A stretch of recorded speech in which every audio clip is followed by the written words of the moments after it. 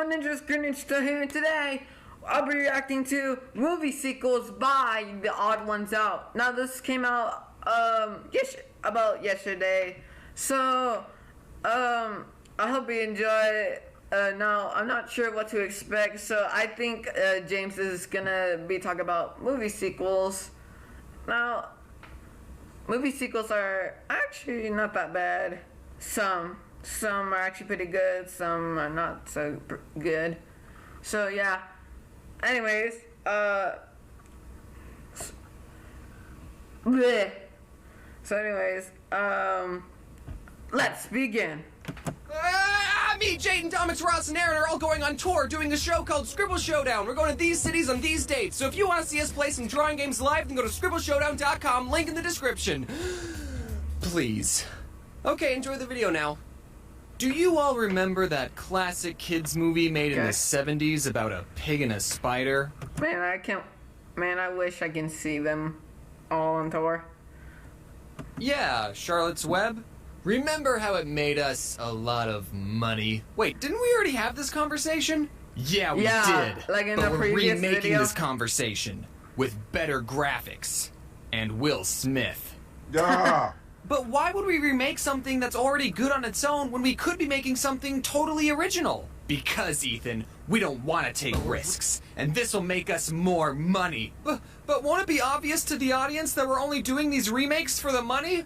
They'll watch it anyways. I don't want you to think that I think that all sequels and remakes are bad. One of my favorite movies is a spin-off. And I'm very excited for the remake of The Dark Crystal to come out. And if you think I'm going to make a video talking about it when it comes out, you are absolutely correct.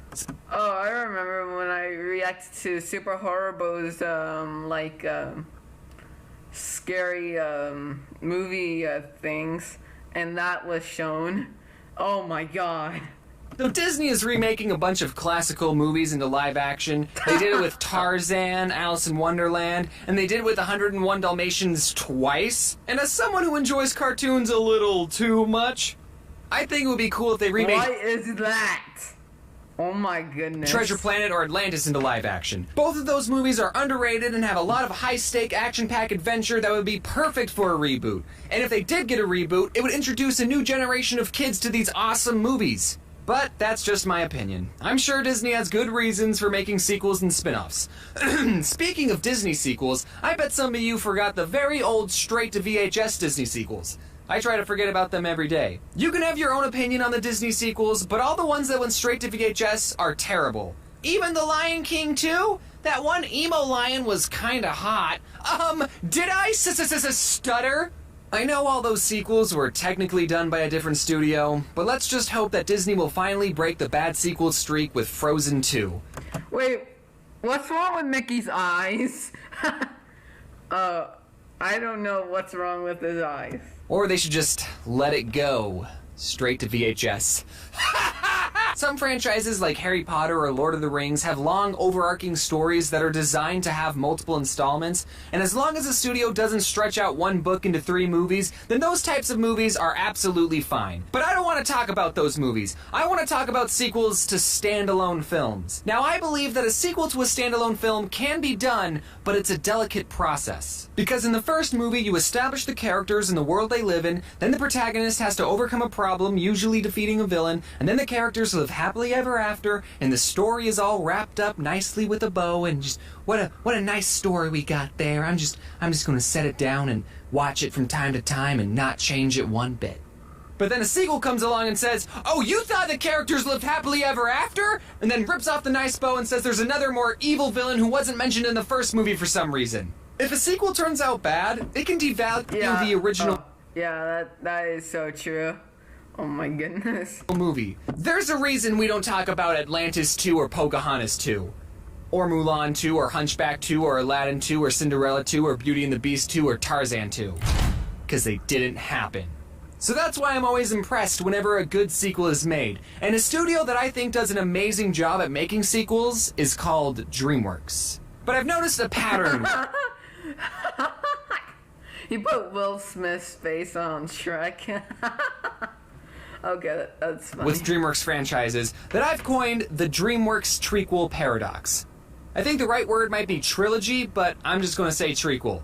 You see, DreamWorks has a track record of creating amazing sequels, but pretty subpar trequels. Here's what I mean. Now, keep in mind that these are not my opinion. These reviews are objectively correct facts. And also, I just want to say I know that these movies are kids' movies, but I like animated movies more than real ones. And I'm a cartoon character, so Shrek 1. Great movie, great characters, great message, 10 onion layers out of 10. Shrek 2, it's the first movie in history. I like Shrek 2. Shrek 2 was really good. I like Shrek 2. Because it had I don't know. It was just more awesome. It was just more awesome than the first one. To be better than the original, and it created the best music video of all time. I need 11 heroes out of 10. Shrek 3? Not in my swamp. Okay, I know we might not all agree, but here's another example. Kung Fu Panda 1, perfect movie. Any movie with He put the Naruto, man. anthropomorphic animals is always a win in my book. I think we have a best-selling franchise on our Panda Paws. Kung Fu Panda 2, just as good as the original. How many sequels have an animated bird as a villain? Besides Stuart Little 2. So far we got 10s across the board, but then Kung Fu Panda 3 comes along and... I'm sorry, Jablinski, I just wasn't feeling this one. Which is why I was so worried for How to Train Your Dragon 3. And let's just say the DreamWorks trequel paradox didn't break its trend. However, there's one franchise that doesn't follow the DreamWorks trequel paradox, and it haunts my dreams. Works. And that franchise is Madagascar. Oh yeah, I loved the Madagascar. Madagascar was awesome. I remember loving this movie as a kid, and apparently I wasn't the only kid who enjoyed it, because it made $193,595,521. Really? Are you serious? Is that true? Oh my goodness, that's a lot of money. So DreamWorks made 2 more of these movies, and created the thing that haunts my dreams. The Moto meme. Now, personally, I don't really care for these movies. They're fine. I haven't rewatched them at all, so 5 out of 10. But there's another movie in this franchise. A movie that shouldn't be as good as it is, and honestly, I'm a little embarrassed to admit that it might make the list of my top 5 favorite movies. I don't think enough people are talking about this movie, so I'm going to be the one who breaks the ice. That metaphor is relevant because we're talking about Penguins of Madagascar. Oh, Penguins of Madagascar. I kind of enjoyed that one. That was alright. That was an okay movie. Madagascar is the best movie that features penguins ever. Better than Happy Feet and Happy Feet 2, and it's 1,000 times more realistic than March of the Penguins. There's a... Oh my god, I just realized he had the Bowser cup. scene where the penguins fall off an airplane and go hopping from one airplane to another. It's so entertaining, and it's all done in one continuous camera shot, so I'm not talking with a hint of irony when I say that this scene is a cinematic masterpiece. I don't remember when I first watched Penguins of Madagascar. It came out when I was 18, so I'm probably not the target demographic, but I remember after watching it thinking, wow. That's a good movie. And I didn't think about that movie again until years later on Halloween night 2018. I was in a Discord call with some friends who were also spending their Halloween night behind a computer, and naturally we were discussing which Madagascar sequel was better. Some people actually liked the second one, which was surprising, and I said, well, no matter what you think of the sequels, at least we can all agree that Penguins of Madagascar is better than both of them, right? And everyone in the call was like, what are you talking about? And instead of watching a scary movie that Halloween night, we all virtually watched a movie about penguins together, and I think everyone liked it. Okay, let's talk about another studio, Pixar. Pixar movies do a good job at appealing to a wide audience. Kids like them because they're a cartoon, and adults like them because of their heavy themes like old people dying. Almost every movie Pixar has made has been a cinematic classic. Penguins of Madagascar, however, is not one of those emotionally inducing movies. It doesn't teach a thought-provoking life lesson. It's an hour and a half of penguins fighting an octopus, and I love it. Every morning when I watch Penguins of Madagascar, I feel like a kid again. I am jealous of the writing in this movie. Okay, there's one fart joke, but that's my only complaint. Now, do I think Penguins is better than all of these Pixar movies? No, definitely not. But I do think this movie is really good, and IMDb gave it a 6.7 when it clearly deserves a 10. I don't know if this video convinced you to watch Penguins of Madagascar, but if you're retroactively looking for the next summer blockbuster movie to watch, then it's got my recommendation. James, are you being sponsored by Penguins? I wish. There wasn't really a point to this video, I just wanted an excuse to talk about my favorite DreamWorks spinoff. So, in conclusion, I'm really excited for The Dark Crystal 2 coming out on Netflix. The show's being released on August 30th, which is coincidentally this channel's 5-year anniversary. Oh, congratulations, James. So don't expect me to work that day. Okay, admittedly, this video went off the rails a tiny bit. I'm sorry. Hey everyone, I feel like I always say this. Alright.